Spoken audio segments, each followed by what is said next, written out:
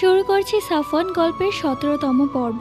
সাফওয়ান ইরাকে বলে, ঠিক আছে মহারানী, আপনি ঘুমিয়ে থাকেন, আমি আপনার সাথে কালকে দেখা করতে আসব। এরপর বিদায় নিয়ে সাফওয়ান সেখান থেকে চলে যায়। সাফওয়ান চলে যাওয়ার ২ মিনিট পর আবারও সাফওয়ান এসে হাজির। ইরা ঘুমিয়ে আছে। ঠিক তখনই সাফওয়ান ইরাকে ডেকে বলল, এই ঘুমিয়ে গেছো, উঠো, আমি এসে গেছি। ইরা সাফওয়ানকে দেখে কিছুটা অবাক হয়ে যায়, কেননা সাফওয়ান তো বলে গিয়েছিল যে ও কালকে আসবে, তাহলে এখনই আবার চলে আসলো। আবারও মনে মনে ভাবলো যে ছেলেটা আসলেই পাগল। তখন ইরা উঠে বসলো এবং সাফওয়ানকে বলল, আপনি না বললেন কালকে আসবেন, তাহলে হঠাৎ করে আবার কি মনে করে আসলেন? তখন সাফওয়ান একটু রাগী কণ্ঠে বলে উঠল, আমার যখন ইচ্ছে আমি আসবো, যাব, তোমার থেকে পারমিশন নিয়ে চলতে হবে নাকি আমাকে? সাফওয়ানের মুখে এই কথা শুনে ইরা প্রচন্ড অবাক হয়ে গেল, কেননা ইরার সাথে সাফওয়ান কখনোই এইভাবে কথা বলেনি। ইরা ভাবতে লাগলো, এত হাসি খুশি মজার একটা মানুষ হঠাৎ করে কি এমন হলো যে এই ব্যবহার করছে। তখন ইরা মাথা নিচু করে বলল, মাফ করুন,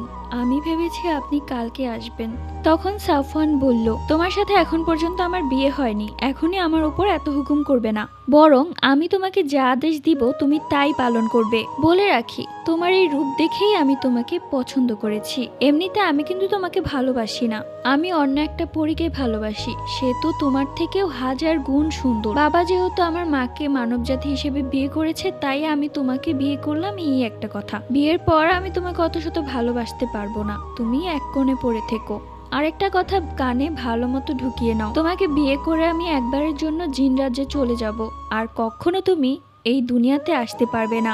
এমনকি তুমি তোমার আপার দুলাভাইকেও আর কখনোই দেখতে পারবে না। তুমি যদি আমাকে বিয়ে না করো, তাহলে আমি তোমার দুলাভাই এবং আপাকে ঘাড় মটকে মেরে ফেলবো। সাফওয়ানের চোখে আগুন জ্বলছে, মুখে এক শয়তানি হাসি। এসব কথা শুনে ইরা ভয়ে কাঁদতে লাগলো, চোখ দিয়ে পানি টপ টপ করে পড়ছে। ইরার মাথায় কাজ করছে না, এই একটা মানুষ এত ভালো, আবার মুহূর্তে এরকম হয়ে যেতে পারে। তখন ইরার মাথায় এলো, এরা তো জিন জাতি, এরা সবকিছুই পারে, আমাদের মতো মানুষ জাতির সাথে ভালোবাসার অভিনয় করতেও পারে। ইরা তখন রাগান্বিত কণ্ঠে বলল, কি, আপনাকে বিয়ে না করলে আপনি আমার আপা এবং দুলাভাইকে মেরে ফেলবেন? এমনকি বিয়ে করার পর আমাকে জিন রাজ্যে নিয়ে আটকে রাখবেন, আর কখনো আমার আপার কাছে আসতে দিবেন না? তাহলে আপনাকেও আমি বিয়ে করব না, আপনি এই মুহূর্তে চলে যান, আর কখনো আমার সামনে আসবেন না। ভেবেছিলাম আপনার মনটা খুব সুন্দর, কিন্তু আপনার মনে যে এত কালো লুকিয়ে আছে সেটা আমি বুঝতে পারিনি। এসব কথা শুনে সাফওয়ানের চেহারায় এক শয়তানি হাসি। সাফওয়ান বলল, তোমার আমাকে বিয়ে করতে হবে না,